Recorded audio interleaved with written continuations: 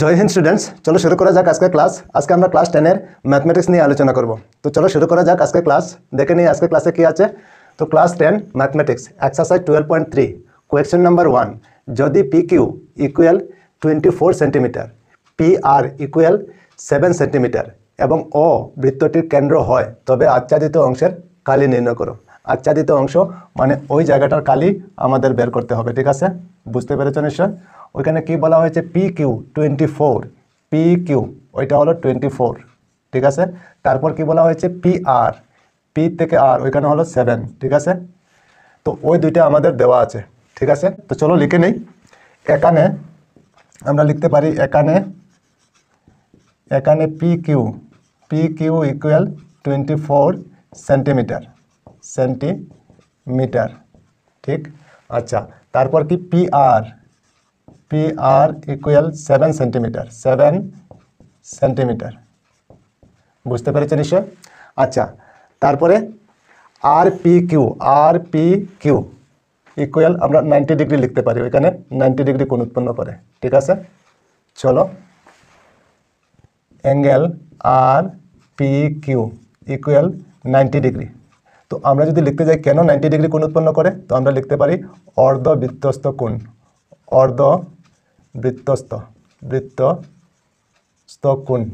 অর্ধবৃত্তস্থ কোণ 90 ডিগ্রি হয়, আমরা জানি। ঠিক আছে, বুঝতে পেরেছ নিশ্চয়। যদি 90 ডিগ্রি হয় তাহলে ওইটা সমকোণী ত্রিভুজ হবে। হ্যাঁ, সমকোণী ত্রিভুজ হবে। সুতরাং RPQ একটি সমকোণী ত্রিভুজ।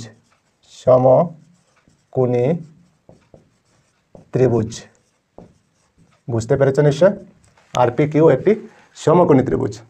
আচ্ছা, এখন আমরা এই সমকোণী ত্রিভুজের কালি বের করতে পারি। চলো আমরা সমকোণী ত্রিভুজের কালি বের করে নিই।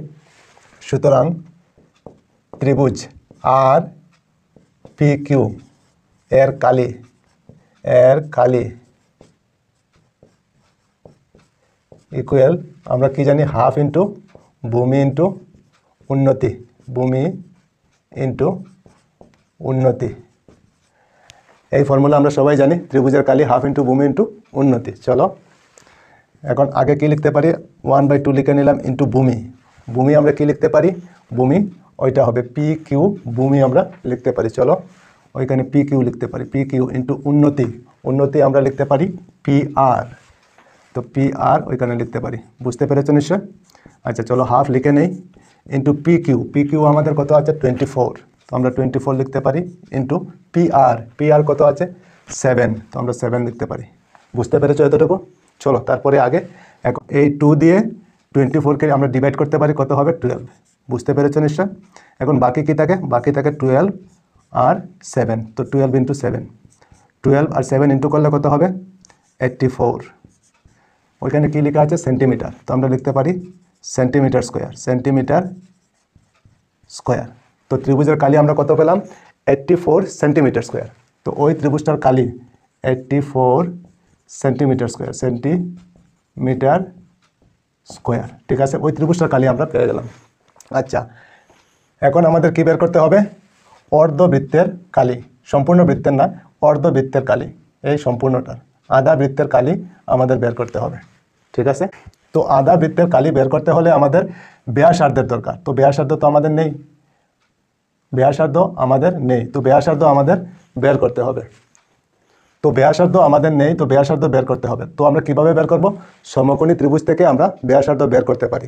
ওইটা দেখো, ওইটা যদি সমকোণী ত্রিভুজ হয় তাহলে ওইটা অতিভুজ হবে, ওইটা ভূমি, ওইটা লম্ব, অতিভুজ। তো সমকোণী ত্রিভুজ থেকে আমরা অতিভুজ বের করতে পারি, কারণ লম্ব আর ভূমি দেওয়া আছে। ঠিক আছে, চলো, যেহেতু RPQ একটি সমকোণী ত্রিভুজ,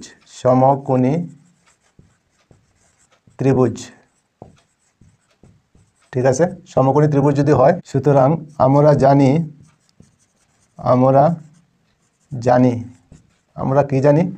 জানি অতিভুজ স্কোয়ার ইকুয়াল লম্ব স্কোয়ার প্লাস ভূমি স্কোয়ার। এই ফর্মুলা আমরা সবাই জানি কি না? হ্যাঁ জানি। তো অতিভুজ ওইখানে কি আছে, অতিভুজ হবে আর কিউ বা কিউ আর। তো আমরা কি লিখতে পারি, কিউ আর বা আর কিউ। তো কিউ আর লিখে নিই, কিউ আর স্কোয়ার ইকুয়াল লম্ব, লম্ব আমরা কি লিখতে পারি, পি আর লিখতে পারি, পি আর স্কোয়ার প্লাস ভূমি, ভূমি আমরা কি লিখতে পারি, পি কিউ লিখতে পারি, পি কিউ স্কোয়ার। বুঝতে পেরেছ? এখন কিউ আর লিখে নেব ইকুয়াল দিয়ে, ওইখানে স্কোয়ার চলে গেল তো ওইখানে রুট ওভার হয়ে যাবে, ঠিক আছে। P R square plus P Q square. বুঝতে পেরেছ নিশ্চয়?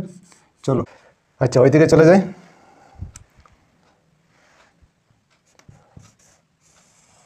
পি আর স্কোয়ার, তো পি আর আমাদের কত আছে, পি আর হলো 7, তো আমরা লিখতে পারি 7 square plus P Q, P Q আমাদের কত আছে 24, তো আমরা লিখতে পারি 24 স্কোয়ার। বুঝতে পেরেছ নিশ্চয়? চলো তারপরে আগে এখন আবার রুট ওভার দিয়ে দেবো। 7 স্কোয়ারে কত হয় 49 প্লাস 24 স্কোয়ারে কত হবে 576 হয়, ঠিক আছে। চলো তারপরে আগে এখন আবার রুট ওভার দিয়ে দেবো। 49 আর 576 প্লাস করলে কত হবে 6 আর 9, 15 এর 5 হবে, 7 আর 4 11 আর 1 12 এর 2 হবে, 1 থাকবে, 5 আর 1 6 হবে। বুঝতে পেরেছো নিশ্চয়?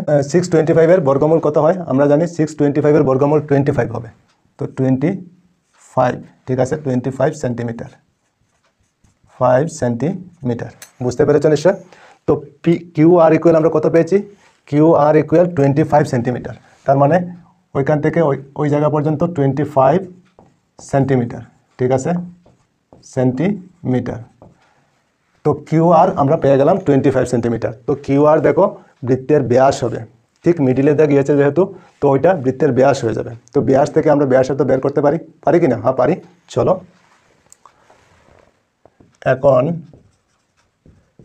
এখন ব্যাস ডি ইকুয়াল 25 সেন্টিমিটার, ঠিক।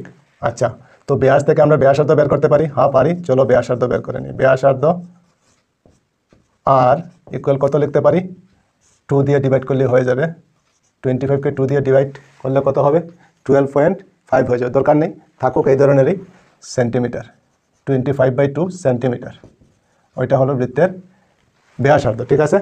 তো এখন আমাদের কী বের করতে হবে, অর্ধবৃত্তের কালি। চলো সুতরাং অর্ধবৃত্তের কালি, অর্ধবৃত্তের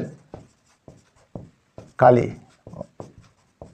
অর্ধবৃত্তের কালি ফর্মুলা আমরা কি জানি, হাফ পাই আর স্কোয়ার, হাফ পাই আর স্কোয়ার, হাফ লিখে নেই, পাই কত আমরা জানি, পাই হলো 22/7 ইন্টু আর, আর আমাদের কত আছে 25/2, 25/2 আর স্কোয়ার আছে তো স্কোয়ার দিতে পারি। বুঝতে পেরেছো এতটুকু নিশ্চয়? চলো তারপরে আগে এখন আবার হাফ লিখে নেব, ইন্টু দিয়ে নিচে 7 উপরে 22 ইন্টু দিয়ে 25/2 হোল স্কোয়ার, তো আমরা লিখতে পারি 25/2 দুইবার লিখতে পারি, 25/2 দুইবার লিখে নিলাম। বুঝতে পেরেছো নিশ্চয়? চলো তারপরে আগে এখন 2 দিয়ে 22কে আমরা ডিভাইড করতে পারি, কত হবে 11। বুঝতে পেরেছো নিশ্চয়? আর কিছু করা যাবে না। চলো এখন নিচে কি আছে, নিচে আছে 7 ইন্টু 2 ইন্টু 2 আর উপরে কি আছে 11 ইন্টু 25 ইন্টু 25। বুঝতে পেরেছো নিশ্চয়? চলো তারপরে আগে এখন নিচে 7 আর 2 ইন্টু করলে কত হবে 14, 14 আর 2 ইন্টু করলে কত হবে 28। বুঝতে পেরেছো নিশ্চয়? আর 25 আর 25 ইন্টু করলে কত হবে 625 আর 11 ইন্টু করলে কত হবে 625, প্লাস করে নিই 5 7 8 6, কত পেলাম 6875, ঠিক আছে। তো অর্ধবৃত্তের কালি আমরা কত পেলাম 6875/28 সেন্টিমিটার স্কোয়ার, তো আমরা ওইখানে লিখতে পারি সেন্টিমিটার স্কোয়ার, সেন্টিমিটার স্কোয়ার। বুঝতে পেরেছো নিশ্চয়? তো আমরা অর্ধবৃত্তের কালি পেয়ে গেলাম, ঠিক আছে। এখন আচ্ছাদিত অংশের কালি আমাদের বের করতে হবে। চলো সুতরাং আচ্ছাদিত অংশের কালি, আচ্ছাদিত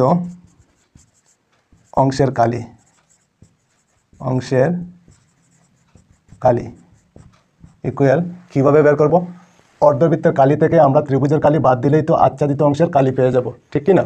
হ্যাঁ ঠিক আছে।